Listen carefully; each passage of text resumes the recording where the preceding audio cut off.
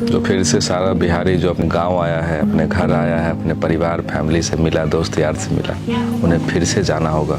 ये घर, ये गांव, ये घर परिवार, बाल बच्चे, माता पिता सबको छोड़ के। सुबह के अर्घ के साथ छठ पर्व का समापन हो गया। आज हम इस वीडियो में बताएंगे कि छठ पर्व शुरुआत से लेकर लास्ट तक क्या कंडीशन से भी एक बिहारी गुजरता है। आपको पता होगा और सब लोग जानते हैं कि बिहारी सब कुछ बर्दाश्त कर सकता है, लेकिन वो कतई ये बर्दाश्त नहीं कर सकता है कि वो छठ में घर नहीं जा सकता।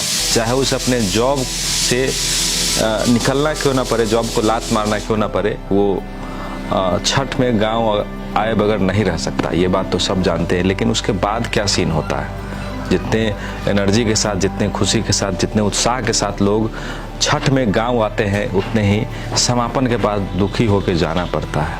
वजह होती है कि बिहार में अभी भी रोजगार की कमी है। अभी भी बिहार से लोग पलायन करते हैं। आप न्यूज़ के माध्यम से देखे होइएगा किस तरह से भेड़ बकरियों की तरह छठ पर्व में लोग ट्रेनों में, बसों में लद करके आते हैं। रोजगार की बात छोड़ दीजिए, बिहार सरकार प्रवासी मजदूर के लिए ट्रेन तक की व्यवस्था नहीं करा पाती है, ना ही बस तक की व्यवस्था करा पाती है। दुगने रेटों में लोग पे करके जो है आते हैं। पर बहरहाल ये उत्साह वाला सीन होता है। जब वो आते हैं तब तो कुछ भी कैसे भी आ सकते हैं, लेकिन ये सीन बहुत कठिन होता है। जब जैसे लड़की की विदाई होती है तो वो सीन कितना दुखी वाला क्षण होता है कि लड़की अपने घर से विदा हो रही होती है। सब माहौल एकदम वही माहौल छठ के बाद वाला हो जाता है। माहौल देखिएगा एकदम पूरा सन्नाटा हो जाता है। जितना उत्साह रहता है शुरू में, एकदम बम फड़ाका ये वो ड्रामा होता रहा, तो उतना ही उदासी छा जाता है। और जो घर के बौर बेटा हैं वो आए थे शहर से गांव छठ मनाने के लिए। छठ पर्व खत्म होते ही उन्हें अब जाना पड़ेगा। बेटा को पता है कि अब पापा जाने वाले, माँ को भी पता है कि अब उनकर बेटा अब जाइए फिर से कमाई के लिए। काहे कि ना जाइए तो फिर घर परिवार कैसे चलिए।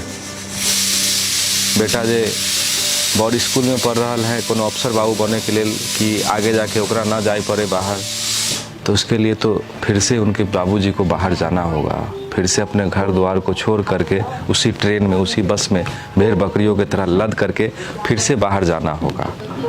ये 1-2 दिन का माहौल रहेगा जब वो अपने घर परिवार में अपने बाल बच्चे, अपने माता पिता, अपने फैमिली के साथ एंजॉय करेंगे, अपने परिवार दोस्त यार सबके साथ हंसी खुशी रहेंगे।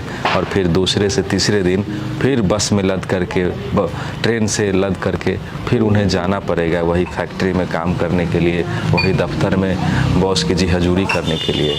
लेकिन ये आज पहली बार नहीं है, ये तो पता है आपको। लेकिन आज तक कोई कुछ कर नहीं पाया। इसका ये मतलब है कि कोई समझ नहीं पाया। बिहारी को गाली देना तो बहुत आसान है गुरु, लेकिन एक बिहारी को समझना बहुत मुश्किल है। जो बिहारी को समझ लेगा वो ज़िंदगी में किसी भी परिस्थिति को बहुत आसानी से पार कर सकता है, क्योंकि एक बिहारी हर दिन ऐसे ऐसे रास्तों से गुजरता है जो और लोगों से सोच करके भी सोचा भी नहीं जाएगा, इतना ये होता है। तो हम बिहारी हैं गुरु, ऐसे नहीं हम बिहारी हैं। हमें सहने की ताकत होती है, हमें समझने की ताकत होती है। हम बचपन में ही मैच्योर हो जाते हैं, शहर की भाषा में कहें तो, और बचपन से ही अपना दायित्व जो है संभालना शुरू कर देते हैं। और अब समय हो चुका है जो फिर से सारा बिहारी जो अपने गांव आया है, अपने घर आया है, अपने परिवार फैमिली से मिला, दोस्त यार से मिला, उन्हें फिर से जाना होगा। ये घर, ये गांव, ये घर परिवार, बाल बच्चे, माता पिता सबको छोड़ के।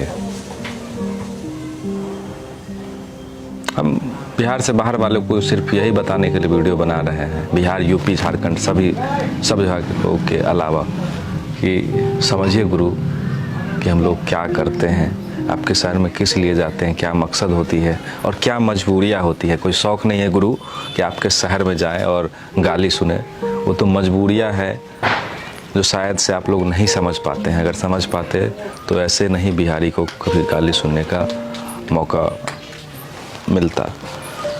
और बस बिहारी को समझिए गुरु, क्योंकि बिहार सरकार तो नहीं समझ रही है। उम्मीद है कि आप लोग समझिएगा, आपके यहाँ काम अगर करते हैं, आपके ऑफिस में काम करते हैं, आपके घर में काम करते हैं, तो हमारी मजबूरियाँ है, कोई शौक़ नहीं है। वैसे हम लोग अपने गांव, अपने घर, अपने ज़िला जवार में खुश रहते हैं, लेकिन मजबूरी है, क्या करें। ठीक है, बहुत बहुत धन्यवाद।